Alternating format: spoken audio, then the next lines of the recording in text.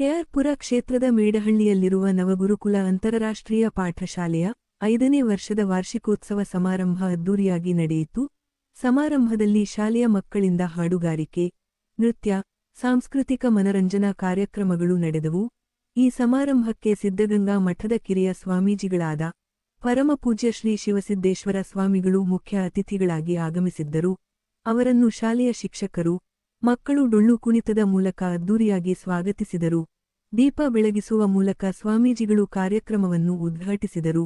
ಕಾರ್ಯಕ್ರಮ ಉದ್ಘಾಟಿಸಿ ಮಾತನಾಡಿದ ಅವರು, ಜಗತ್ತಿನಲ್ಲಿ ಏನಾದರೂ ಬದಲಾವಣೆ ತರಲು ಇರುವ ದಿವ್ಯ ಅಸ್ತ್ರವೆಂದರೆ ಅದು ಶಿಕ್ಷಣ. ದೇಶದಲ್ಲಿ ಬಡತನ ನಿರ್ಮೂಲನೆ ಆಗಬೇಕು. ನಿರುದ್ಯೋಗ ಸಮಸ್ಯೆಯನ್ನು ತೊಡೆದು ಹಾಕಬೇಕು. ನಮ್ಮಲ್ಲಿರುವ ಅನಕ್ಷರತೆ, ಮೂಢನಂಬಿಕೆ ತೊಡೆದು ಹಾಕಬೇಕು. ನಮ್ಮಲ್ಲಿರುವ ಹಸಿವನ್ನು ನೀಗಿಸಬೇಕು. ಇವೆಲ್ಲವೂ ಸಾಧ್ಯವಾಗುವುದು ಶಿಕ್ಷಣದಿಂದ ಮಾತ್ರ ಸಾಧ್ಯ ಎಂದು ನುಡಿದರು. ಮಕ್ಕಳಿಗೆ ಈ ದಿನ ಒಂದು ಸಂಭ್ರಮದ ದಿನವಾಗಿದೆ. ವರ್ಷಪೂರ್ತಿ ಓದಿದ ಮಕ್ಕಳಿಗೆ ತಮ್ಮ ಪ್ರತಿಭೆ ತೋರಿಸಲು ದಿವ್ಯ ವೇದಿಕೆ ಎಂದರೆ ಶಾಲೆಯಲ್ಲಿ ಅಂತಿಮವಾಗಿ ನಡೆಯುವ ವಾರ್ಷಿಕೋತ್ಸವ. ಒಂದು ವರ್ಷದಲ್ಲಿ ಆ ಮಕ್ಕಳು ಮಾಡಿರುವ ಸಾಧನೆಯನ್ನು ಗುರುತಿಸುವ ವೇದಿಕೆ ಈ ಶಾಲಾ ವಾರ್ಷಿಕೋತ್ಸವ ಸಮಾರಂಭ. ಈ ಶಾಲೆಯನ್ನು ನಿರ್ಮಾಣ ಮಾಡಿರುವ ಅಶ್ವತ್ಥಪ್ಪನವರ ದೂರದೃಷ್ಟಿಕೋನ ಏನೆಂದರೆ ಸ್ಥಳೀಯ ನಿವಾಸಿಗಳಿಗೆ ಉತ್ತಮವಾದ ಗುಣಮಟ್ಟದ ಶಿಕ್ಷಣವನ್ನು ನೀಡುವುದಾಗಿದೆ. ತಳಮಟ್ಟದಲ್ಲಿರುವವರಿಗೆಲ್ಲ ಶಿಕ್ಷಣ ದೊರೆಯಬೇಕೆಂಬ ಆಶಯವನ್ನಿಟ್ಟು ತೆರೆದಿರುವ ಈ ಸಂಸ್ಥೆಯು ಬಹು ಎತ್ತರಕ್ಕೆ ಬೆಳೆಯಲಿ, ಮಕ್ಕಳಿಗೆ ಅಕ್ಷರ ಶಿಕ್ಷಣಕ್ಕಿಂತ ಅರಿವಿನ ಶಿಕ್ಷಣವನ್ನು ನೀಡುವ ನಿಟ್ಟಿನಲ್ಲಿ ಸಾಗಲಿ ಎಂದು ಆಶೀರ್ವಚನ ನೀಡಿದರು. ಇದೇ ಸಂದರ್ಭದಲ್ಲಿ ವಿವಿಧ ಸ್ಪರ್ಧೆಗಳಲ್ಲಿ ಭಾಗವಹಿಸಿ ಗೆದ್ದಂತಹ ವಿದ್ಯಾರ್ಥಿಗಳಿಗೆ ಪ್ರಶಸ್ತಿ ಮತ್ತು ಪ್ರಮಾಣ ಪತ್ರ ನೀಡಿ ಪ್ರೋತ್ಸಾಹಿಸಲಾಯಿತು.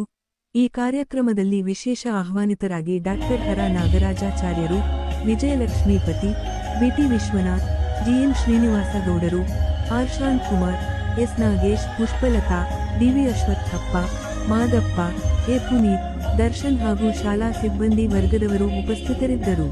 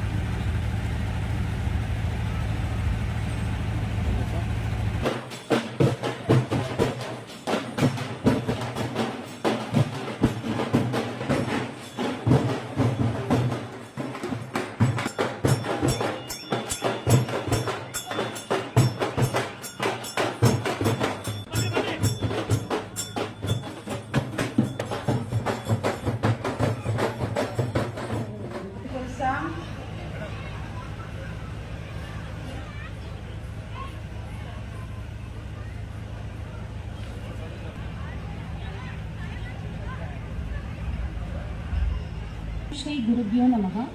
ಸರಸ್ವತಿ ದೇವಿಗೆ ಶಿವಕುಮಾರ ಸ್ವಾಮೀಜಿಯವರು ಜಗತ್ತು ಕಂಡು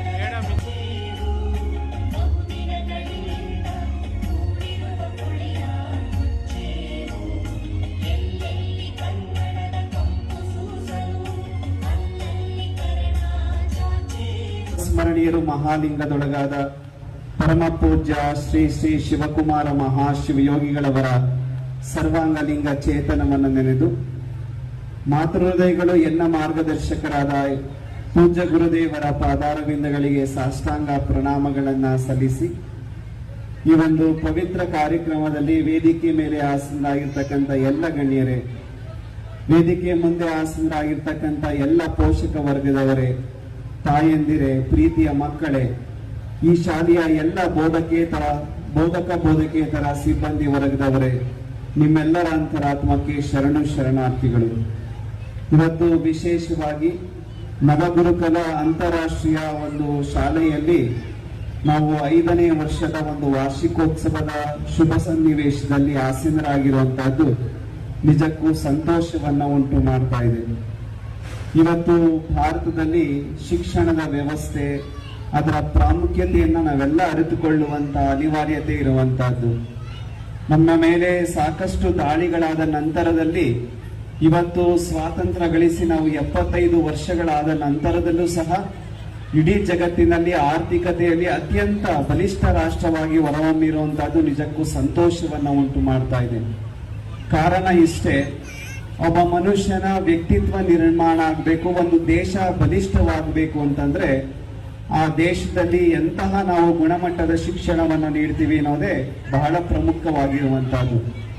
ಯಾವುದೇ ಒಬ್ಬ ವ್ಯಕ್ತಿ ಈ ಭೂಮಿಗೆ ಬಂದಾಗ ಅನೇಕ ಅವಸ್ಥೆಗಳನ್ನ ದಾಟಿಕೊಂಡು ಹೋಗ್ತಾನೆ. ಬಾಲ್ಯಾವಸ್ಥೆ, ಯೌವನಾವಸ್ಥೆ, ವಾರ್ಧಕ್ಯ, ಮುಪ್ಪು ಅಂತಕ್ಕಂಥದ್ದು. ಬಾಲ್ಯಾವಸ್ಥೆಯಲ್ಲಿ ನಾವೆಲ್ಲ ಶಿಕ್ಷಣವನ್ನ ಪಡ್ಕೊಂತೀವಿ, ಯೌವನಾವಸ್ಥೆಯಲ್ಲಿ ಒಂದು ಉದ್ಯೋಗವನ್ನ ಪಡ್ಕೊಂತೀವಿ, ಆನಂತರದಲ್ಲಿ ಒಂದು ವಿವಾಹ ಪ್ರಾಪ್ತಿಯಾಗುತ್ತೆ, ಒಂದು ಸಂತಾನ ಪ್ರಾಪ್ತಿಯಾಗುವಂತಹದ್ದು. ಇವೆಲ್ಲವೂ ಸಹ ಸುಗಮವಾಗಿ ನಡಿಬೇಕು ಅಂತಂದ್ರೆ ಅದಕ್ಕೆ ಅಡಿಪಾಯ ಯಾವುದು ಅಂದ್ರೆ ಅದು ಶಿಕ್ಷಣ ಆಗಿರ್ತಕ್ಕಂಥದ್ದು. ಒಬ್ಬ ವ್ಯಕ್ತಿಯ ಸರ್ವತೋಮುಖ ಅಭಿವೃದ್ಧಿ ಅದು ಶಿಕ್ಷಣದಿಂದಲೇ ಸಾಧ್ಯ ಆಗಿರುವಂತಹದ್ದು. ಜಗತ್ತಿನಲ್ಲಿ ಏನಾದರೂ ಬದಲಾವಣೆ ತರುವುದಕ್ಕೆ ಸಾಧ್ಯ ಇರುವಂತಹ ಒಂದೇ ಒಂದು ದಿವ್ಯ ಅಸ್ತ್ರ ಅಂದ್ರೆ ಅದು ಶಿಕ್ಷಣ ಅಂತಕ್ಕಂಥದ್ದು. ನೆಲ್ಸನ್ ಮಂಡೇಲಾ ಅವರು ಒಂದು ಮಾತನ್ನ ಹೇಳ್ತಾರೆ, education is a powerful weapon which you can use to save the world ಅಂತಕ್ಕಂಥ ಮಾತನ್ನ. ಯಾಕಂದ್ರೆ ಇವತ್ತು ಜಗತ್ತಿನಲ್ಲಿ ಬಡತನ ನಿರ್ಮೂಲನೆ ಆಗಬೇಕು, ನಿರುದ್ಯೋಗ ಸಮಸ್ಯೆಯನ್ನು ನಾವು ತೊಡೆದು ಹಾಕಬೇಕು, ನಮ್ಮಲ್ಲಿರುವಂತಹ ಅನಕ್ಷರತೆಯನ್ನು ನಾವು ತೆಗೆದು ಹಾಕಬೇಕು, ಮೂಢನಂಬಿಕೆಯನ್ನು ನಾವು ತೊಡೆದು ಹಾಕಬೇಕು, ನಮ್ಮಲ್ಲಿರುವಂತಹ ಹಸಿವನ್ನ ನೀಗಿಸಬೇಕು. ಇದೆಲ್ಲ ಸಾಧ್ಯ ಆಗುವಂತದ್ದು ಯಾವುದರಿಂದ ಅಂದ್ರೆ ಅದು ಶಿಕ್ಷಣದಿಂದ ಮಾತ್ರ ಸಾಧ್ಯ ಆಗಿರುವಂತಹದ್ದು. ಒಬ್ಬ ವ್ಯಕ್ತಿಯ ಸರ್ವತೋಮುಖ ಅಭಿವೃದ್ಧಿ ಅದು ಶಿಕ್ಷಣದಿಂದ ಮಾತ್ರ ಸಾಧ್ಯ. ಯಾಕಂದ್ರೆ it shapes the character, calibre and future of individual ಅಂತಕ್ಕಂಥ ಮಾತನ್ನ ಹೇಳ್ತಾರೆ.